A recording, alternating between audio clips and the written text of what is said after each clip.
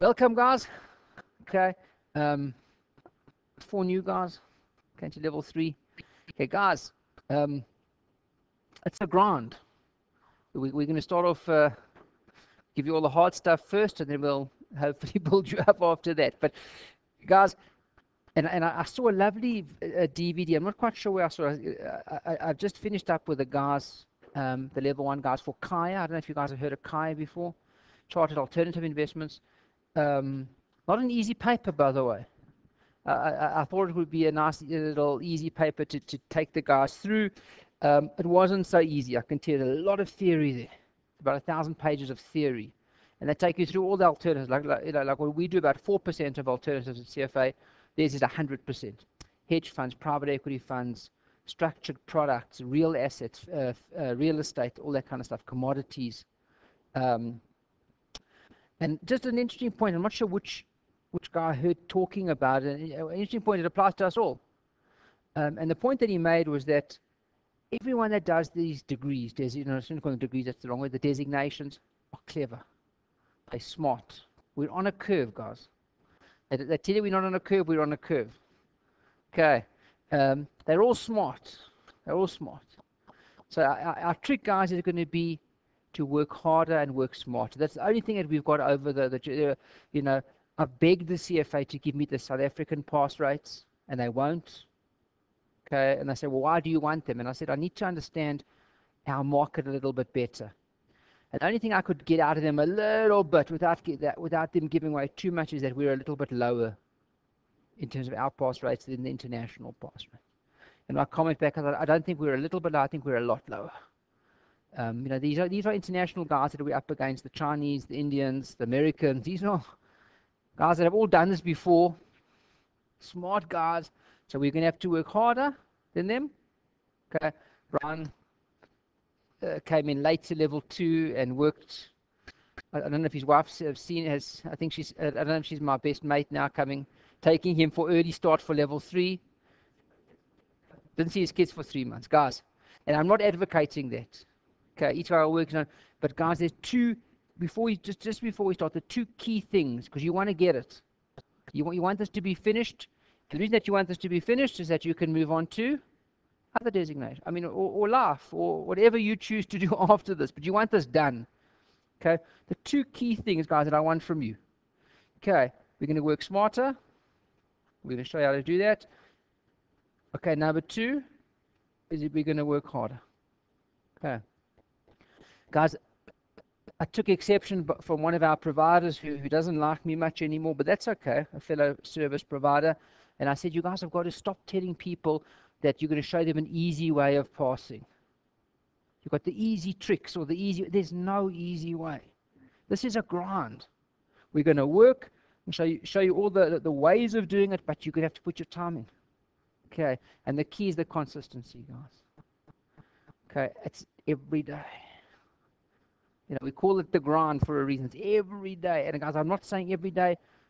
I'm not saying every day. Brown days, you can still see your wife, girlfriend, children, mother, sister, aunt, uncle, whoever you love, cats and dogs included. But it's an everyday thing.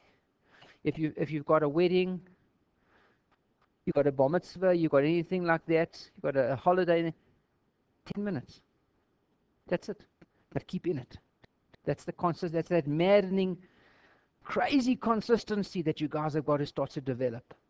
Okay, and one of the things, guys, to be honest with you, where I'm a firm believer, and I've had a long post-mortem with the level 2 guys that didn't make it last year, and we ran early start with them last year. Okay, and let me be honest with you, what early start does, what it is and what it isn't. Early start is what we do is, and I'll show you what we're going to do, is we take some of the topics and we expand and then we go deeper. Like, for example, the level 2 guys, for FRA, there's 5 readings. I take 5 weeks for that. Okay. For us guys, where I'm going to focus much, much more is on the private stuff. We've got institutional, we've got private clients, private wealth. We're going to spend a lot more time on that. That's where we'll get to that in a second, but that's where the guys tend to battle a little bit with. We're going to spend more time. So early start really is just taking some of the bigger, harder, more applied topics and starting them early. and doing them in greater depth. Okay. Where the level 2s fell down a little bit last year is they never took it seriously. Okay. They said, okay, well, it's early start. We've got lots and lots and lots of time. And yes, you do, but no, you don't. You do because September, and you can add up the months. The beauty is we must thank our Muslim students, guys. Okay. Because of them, we are writing now on the 22nd of June, not the 3rd. You normally write on the 1st or 2nd. The first well, it's normally the first Saturday of June and December. Okay, which would make it, I don't know what the date now will be, 2nd or 3rd. Now we're writing the 22nd, which is great. That's Saturday. Storm doesn't like it. It's too late for him. It prolongs it, but I can tell you something. It somehow, I like it. And I said to Kelly at the CFA, can we introduce this as a permanent? She says no. So I said to her, well, let's just wait and see. But I really think it puts the guys at an advantage. I really do. It's just because, keep in mind, guys, we don't start in Jan. We start end of Jan. Okay, and then you've got, add them up. It's Feb, March, and April's a bit of a waste. Easter, Good Friday, Passover, it's hard. And then there's May, and May I start hitting you guys hard with exams and revision. And then it's first week of June. But now we've got another 3 weeks. But my message to you guys is please, please, please, please, we've got the time. We started early. Take it seriously. Okay. Don't do Brian stuff. Don't burn out. Just be careful with that, Brian. You are okay. I can tell you, you're an incredible human being, and we applaud that. But I don't know if you can do that for 9 months.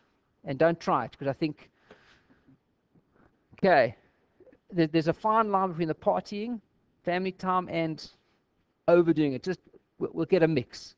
We'll get a fine mix. Okay, that's the start off message. We're going to work smarter than everybody in the market, and we're going to work just that little bit harder. They're going to push us over the edge.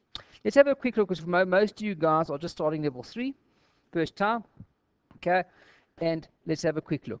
So for the first time, you guys are going to see a new format that you haven't seen before. Okay, and that morning format is the constructed response. And what's constructed response? Guys, seems that it's called essay questions. It's not essay questions. Essay questions are very long questions. Essay questions, what we do is there's 9 to 12 questions approximately, guys. Total marks in the morning, 180 marks in the morning session. Okay. Constructed response just means they ask you questions, they give you case studies, but it's not multiple choice. It's longer than multiple choice.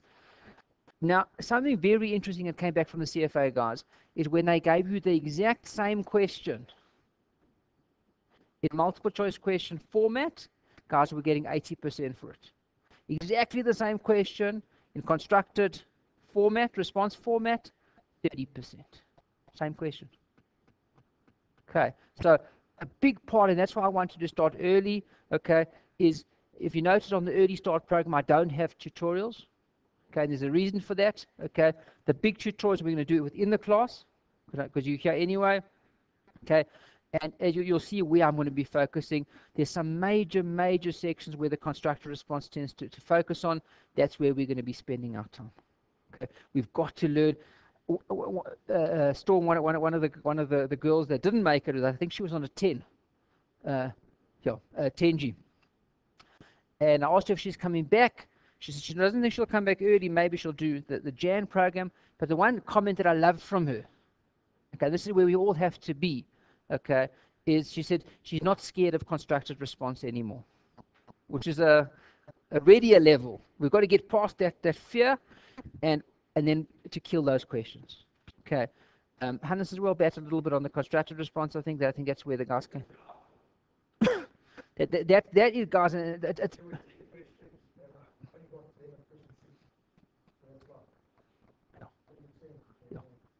There we go. Okay, and I had it with my guys. Yeah, this paper, this morning one, which we're going to we'll call it the constructed response paper. That's your first paper. It's time. Everyone seemed to find the second one a little bit easier. I'm not going to go so far as to say easy. This is CFA. Yeah, it's you're used to them. You know how to do them. You've got to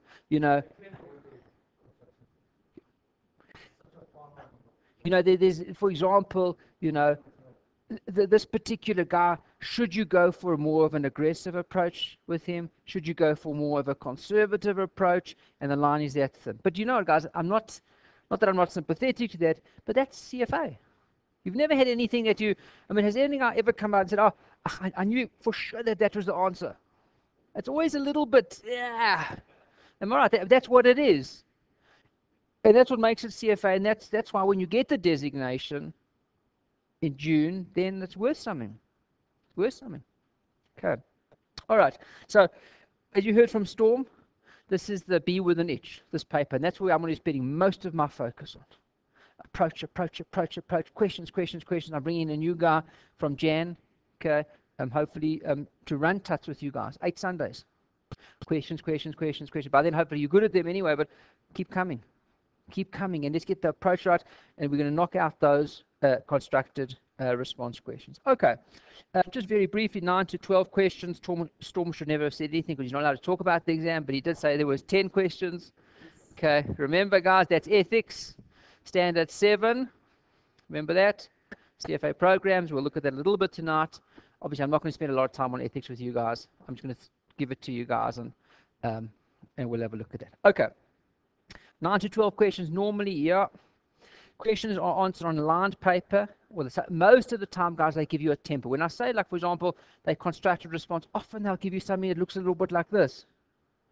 Okay, and they say to you, here's a table. Okay, and under each part of the table, just fill in one word or something.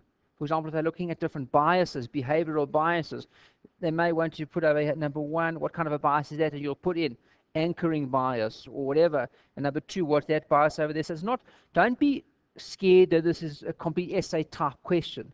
Often it's a little bit more wordy, okay, and it's not multiple choice. Okay, we'll have a look at those. Heavily weighted towards the portfolio management section.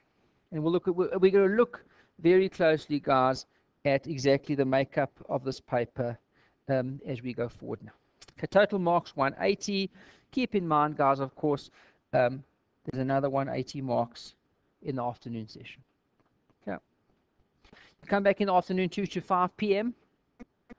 Okay. It's much nicer talking to the level 2s and level 3s. You don't look at me with these wide eyes. 6 hours of writing. Yes, you know it by now. You're familiar with it. You're good at it. Okay. But the good news is for MCQ, for level 3, it's the same as level 2. This is the vignette style. Okay. A, B's, and C's. 10 vignettes, 6 marks each. Okay. A total of 60 questions. It's a format that you guys, and I'm not even going to really go into too much of an approach with you guys because you've all come from level 2. The typical thing that they say about the level 2 guys, what's your approach? Either some guys like to read the vignette first and then answer the question. Some guys like to go A, about face, read the 6 questions first, see where about they're hitting you, and then read the vignette. Which one's better? They're both good. And whichever one works for you, obviously, is going to be the approach that you're going to use. There's no better approach in terms of answering vignettes. Either read first, question after, question first, read after, whatever works for you. But that is the afternoon session. And I put it over here, typically the guys battle much more with constructed response than with MCQ for 2 reasons. Sometimes it's a little bit more vague and more difficult to answer the constructed response. And guys, time. Okay.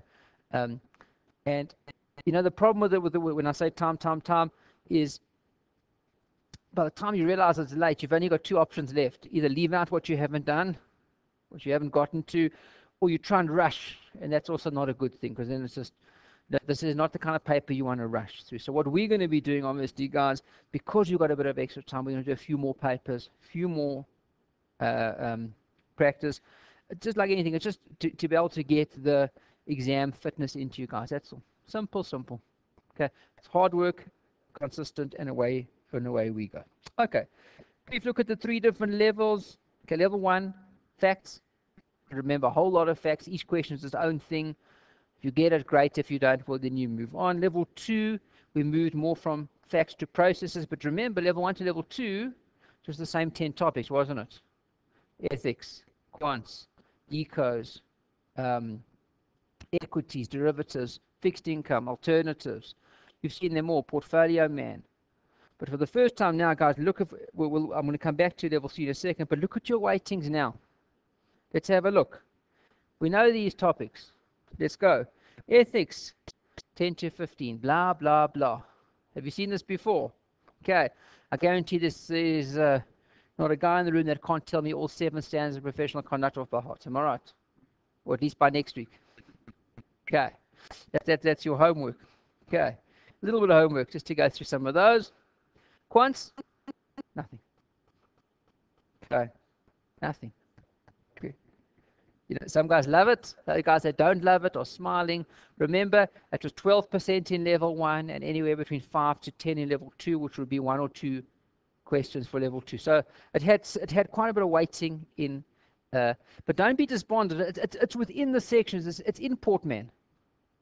Disguised in things like sharp ratios and things like that, which that's almost like an assumed form of knowledge coming up from 1 and 2. Then we move to, so there's nothing there for quants. Ecos 5 to 15. Not your easiest section. There's currencies in here. We'll look at those in a second. Okay. A biggish section. And I shouldn't say it, but we'll tell you anyway. Hope he's not listening, but he passed, so he's not coming back anyway. The chief economist from Alex Forbes, this was his worst section all the time, economics. Okay, so it's even though you've seen it all before, he has seen it all before, but it doesn't make it any easier. So ecos is there. Okay, what was 20% in level 1, probably close to 20% in level 2, is now gone. Fry is gone. Financial reporting analysis is gone. Much to Paul's disgust. Okay, Paul loves corporate finance. CorpFin is gone as well. Of course, equities is there. 5 to 15. And 5 to 15, what does that mean? It's a big weighting. It's a big weighting differential between 5 and 15. Well, you know, which one is it going to be? Okay, depends on the day. And obviously some stuff is included in other stuff as well. So it's not a clear, you're not going to get, well, this, oh, by the way, this is an ethics question. This is an equities question. It's all mished. And that's how, when I move back over here, guys, to level 2, so level 3, we talk about integration. That's the key here. That's the difficulty, that's the key. And obviously before we can integrate, and that's why specifically for tonight's class, which as I promised you guys won't be a very long one, okay, I'm just going to give you a little bit of guidance in terms of the process, and then we'll just have a quick look at where I want you to be, okay, is about you can't start to integrate your ethics unless you know them well. You see what I'm saying? So, and then that's why this process over here, which we call judgment, level 3, judgment and integration, okay, very, very important that we first know and understand the work, and then we move forward from there. Okay, alternatives 5 to 15. Look at the big one. Interestingly enough, fixed income. Not everybody's favorite. Okay, some nice stuff there. We're going to focus on that. Derivatives, another big one. We've got to really knock it on the head. But look at this one. Last but not least, it was 7% of memory serves in level 1, 5 to 10 in level 2, and 40 to 55. Portman. But it's not crazy Portman, guys. It's enjoyable Portman.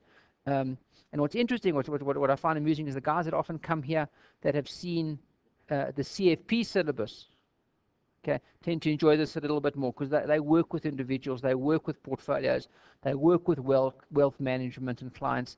They tend to enjoy the section a little bit more, but it's not a bad section. The difficulty is a lot of the Portman stuff, individuals and institutions, okay, both falls under constructed response. Okay, and that's where we are going to work, and then when we finish working, work some more. That is where we're going to really, because there's two things I want you to do. I want you to get an approach over there, and we've got to build up speed. Okay. And that's what one of the guys told me as well, the guys that passed. He said one of his key things is that, he said that the only thing, not the only thing, but one of the key things that he enjoyed from the exam sessions was that he learned to work faster. The material he said he knew, but he just was never finishing. And once you write 6 exams, you get quicker. And you write 8, you'll be even quicker. And that's going to be part of our approach that we work at. Looking at some of the numbers, guys, learning outcome statements. What you'll notice over here, if we look at that between there, the reading, study sessions are the same, 18 like you've seen before. Obviously in level 2 we only saw 17. That's no difference. Here you've got 18. Okay. Learning outcome statements 340. And readings 34. Now, how does that compare? If you remember, level 2, okay, you had 52 last year, so there's a significant decrease in the number of readings, and obviously on the level 1 side, if memory serves, we had either 60 or 61. Okay, so the volume is less for level 3, but the judgment integration is significantly increased. And I'm not going to say this again, because I'll just be a repeating record. Do you have to know your level 1 and your level 2 work? You do. Okay, you do. Ratios that come up from level 1, you've got to know them. Level 2 stuff, you've got to know. Okay. The good news is that we're going to keep repeating it. You'll find I'm a bit boring and repetitive, but that's okay. Okay, but we do have to know the level 1 and the level 2 stuff coming up. Okay, those are your numbers over there. Yep. No. The Storm's right. I agree with it. No. Yeah. But again, Brian, you know, for example, like things like to know a Sharpe ratio, it's not a crazy ratio. Do you know what I'm saying? But you have to know it. But they're not asking you things like the Sortino ratio or the M squared ratio, the more complex stuff. You know, it's stock standard stuff, but it does come from level 1. Okay. What is the Sharpe ratio, by the way?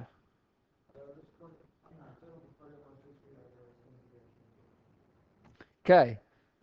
Have a look. So Sharpe ratio is, let's have a quick, nothing wrong with doing ratio, and we're going to keep hammering you guys. Throw stuff in.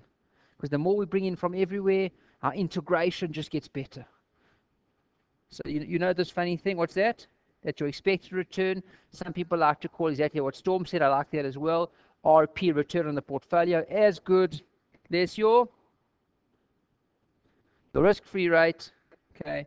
And on the bottom, obviously, the key over here, guys, is going to be that it's your standard deviation. And we know now, standard deviation is a risk measure for the whole portfolio, taking into account both of the risks. Am I right? Systematic and unsystematic. Whereas if I had to change that little thing, if I change one thing here, first of all, tell me what ratio I've now got.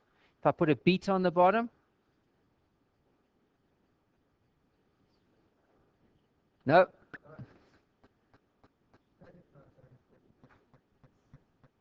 It's your Traynor ratio. And what does Traynor look at? River Traynor is now only looking at your beta, which is a measure of what? Systematic risk of the. Okay, so and that assumes, well, listen, you've sorted out your diversification issues already, haven't you? Whereas the standard deviation assumes it's the risk for all the risks that are involved.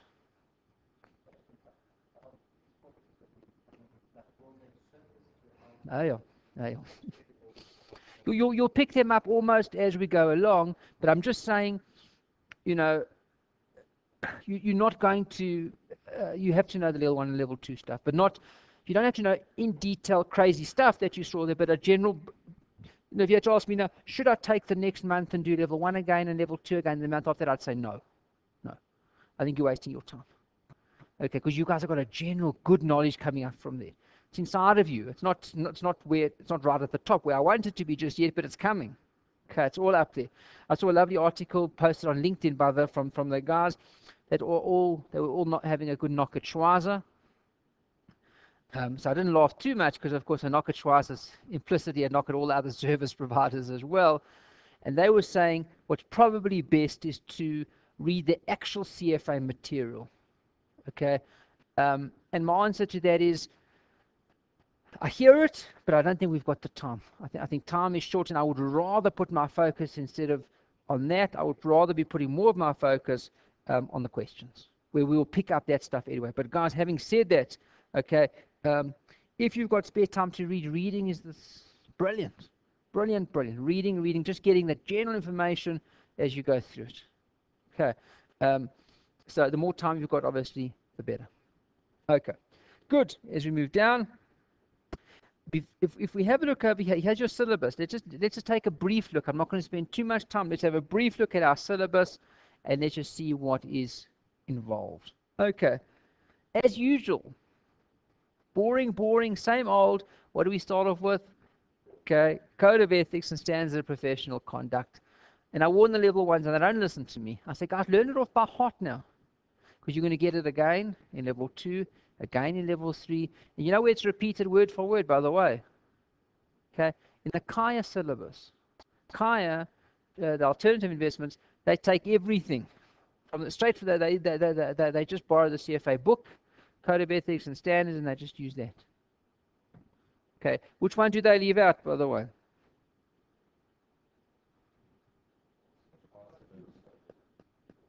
GIPS, of course, yeah, but in terms of the 7 standards of professional conduct, standard 7, which is specifically related to CFA programs. Okay, so they leave that one out, of course, because that's not related to Kai. That's directly related to the CFA logo, etc., etc. Okay, so code of ethics we've got. There we go.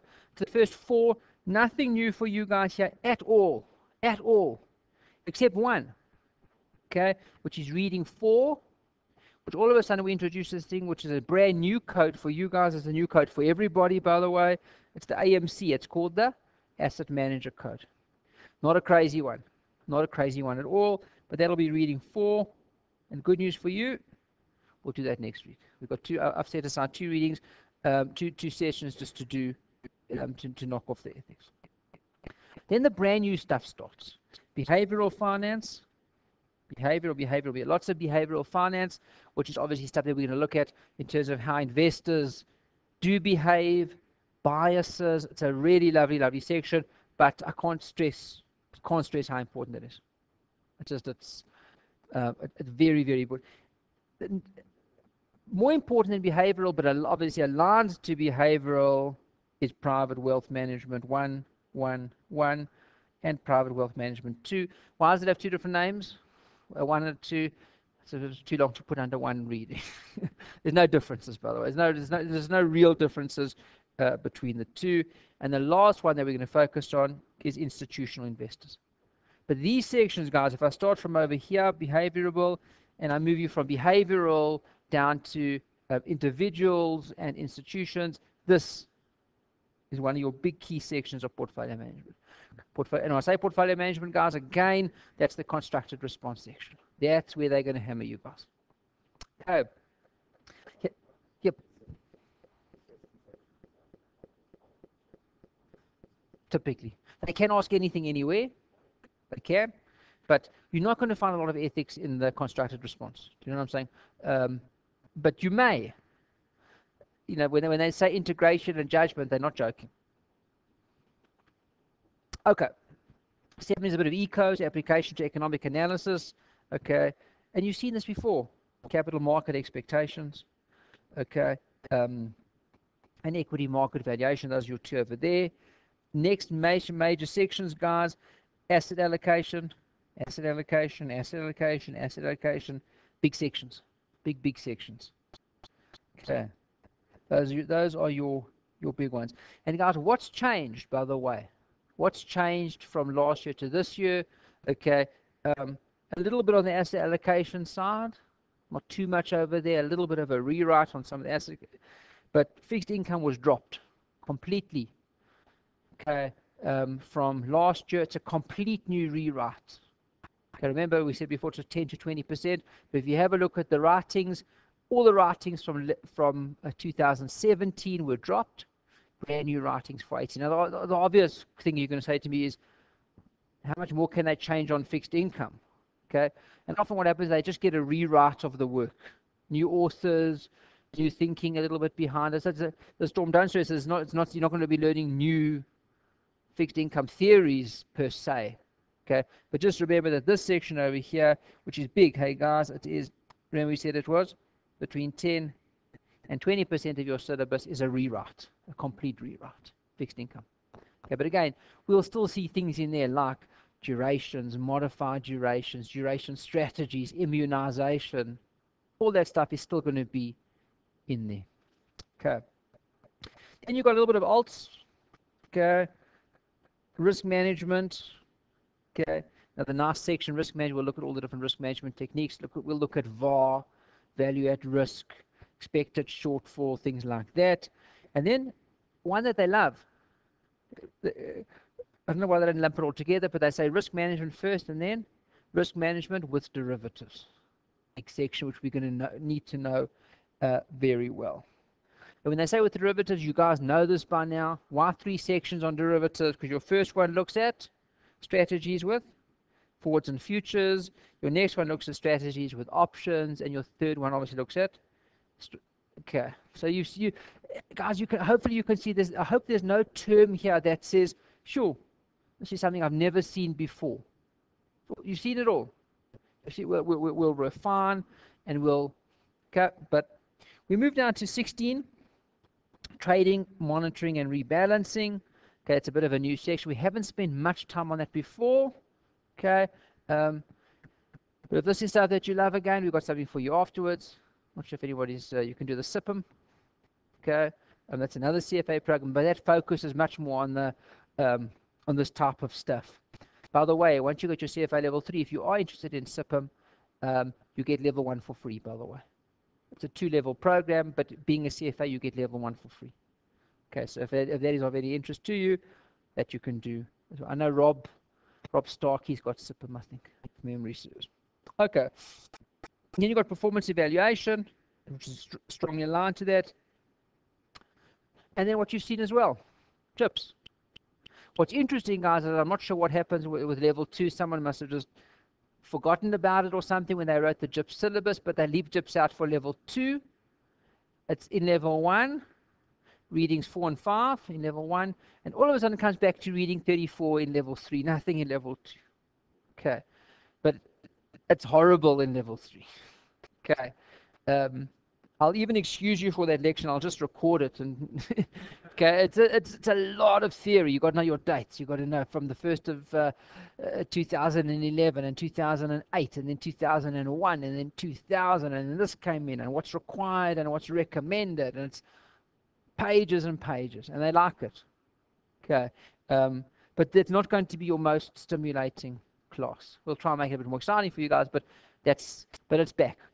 But guys, hopefully you can see, guys, there's nothing here. Nothing here that you haven't seen before. Nothing here that's crazy. One of the guys asked me, how does this compare with some of the other designations? Is it harder? I said, this is not a hard designation, CFA. Okay, it's a lot of work. Okay, it covers massive amounts of work, short amounts of time, hard exams to write, high pass rates. Put that all in the pot. Yes, it makes it a very difficult designation to achieve. But this is not quantitative physics. Do you see what I'm saying? There's a lot of stuff here, okay? And that's why the brilliant guys aren't gonna love this stuff. I'm gonna pass easier than anybody else because it's just a lot of work. And if we go back to what I said before, it's the consistency. Every single day you do a little bit, you build and you build and you build and you build. And then by the time we hit April and May, when I talk to you about a Sharpe ratio, you're not even thinking anymore. What is a Sharpe ratio? When I ask you Traynor, Sortino, information ratios, these are, you know these. Why? You've just seen it so many times. Okay. And then of course then we'll build up your confidence as we go along. Okay. And then if we just have a brief look over here, guys, okay, just to see what we're going to get up to. I just want to highlight something on the schedule for us. We've got 11 classes, okay, early start. I want to knock off ethics first because it is 10 to 15%. Don't leave it to the end. It's not your most difficult section by any means, but let's knock that off. Then I'm hitting us with the big stuff, okay, and this stuff from behavioral to private wealth 1 and 2 and to institutions are your massive sections for constructed response. And that's where I'm going to be spending most of my time. We're going to look at different individuals, Mr. and Mrs. Harvey, Mr. and Mrs. this, Mr. this got divorced, Mr. this got remarried, Mr. this did this, Mrs. X did this, Mrs. X is a wealthy individual.